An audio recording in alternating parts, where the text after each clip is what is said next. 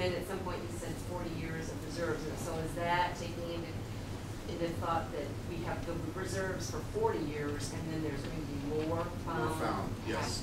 And you'll see a typical metric for an oil company, something we put out there in the public eye, is what our reserves replacement ratio is.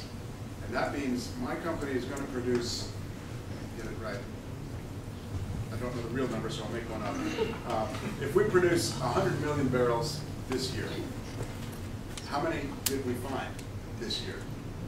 And you'll see it put out as 120% reserves replacement, or 80% reserves replacement. And that's a typical range for most oil companies. And on a given year, it could look good or bad. So we run a 5-year average or something like that to evaluate how companies do. The problem is the bigger you become, the more successful you are, the bigger the target you have to find every year. And ExxonMobil and Shell are right at the top as these huge companies, and they've got huge production. And that means their stretch target is really a big number. So they better be really successful about 2 out of 5 years or something, finding big things. Okay, here comes the big price fluctuation story. Oil is a commodity. It's easily traded. 1 barrel of oil looks like another barrel of oil with some chemical differences that might matter in the refining process. But does anybody here know the meaning of the word fungible? Some of you do.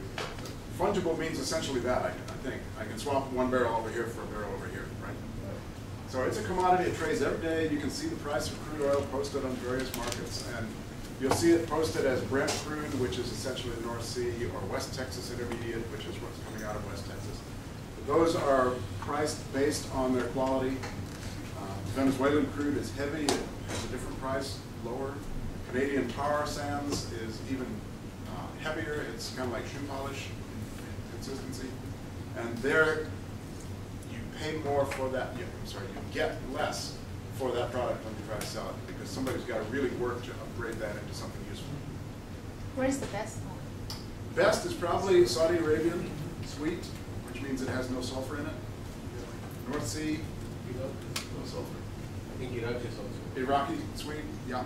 There are a number of very nice crudes that are easily made into something like gasoline or diesel fuel. And what really is impinging on the supply and demand are the growing cultures and economies of places like India and China. India and China, those of you from there, you know there are a lot more cars on the road than there used to be. And it's become an automotive economy, needing lots of fuel.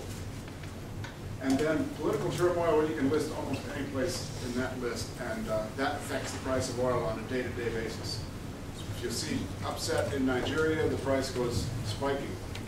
If you see political something happening in Venezuela, the price goes spiking. And yeah, very much the bottom. Okay, there are some things that can affect the price that are sort of out of our control. This one is a platform in the background after Hurricane Ivan. They went out there and looked at it after the storm, and whoops, it's tilted like that. It took them several weeks to get it back upright. So any of these things can really affect the price of crude oil. And here's a big example. This is Hurricane Katrina approaching New Orleans. And you can see on a typical year, this is the production out of the Gulf Coast, or out of the U.S. entirely. And here's what happened right there at Katrina, and boom, no production or limited production. And the estimated cost to bring that production back was up to $31 billion from a single storm. Now, how much of the price rise is speculation versus the actual? In this case, it was not much speculation. But in what you saw last year when it went to $140 a barrel, that was clearly speculators. And there was an article in the paper yesterday about trying to curb that. Congress is thinking to act somehow to pull that back, but I'm not sure how it's going to work, or even if they'll be able to implement it. There is another theory around U.S. dollar value. Oh, yes. The U.S. petrodollar. Yeah, that's certainly true of last year's. When it went up to 140, that was not necessarily the intrinsic value of the oil. That was the weak dollar.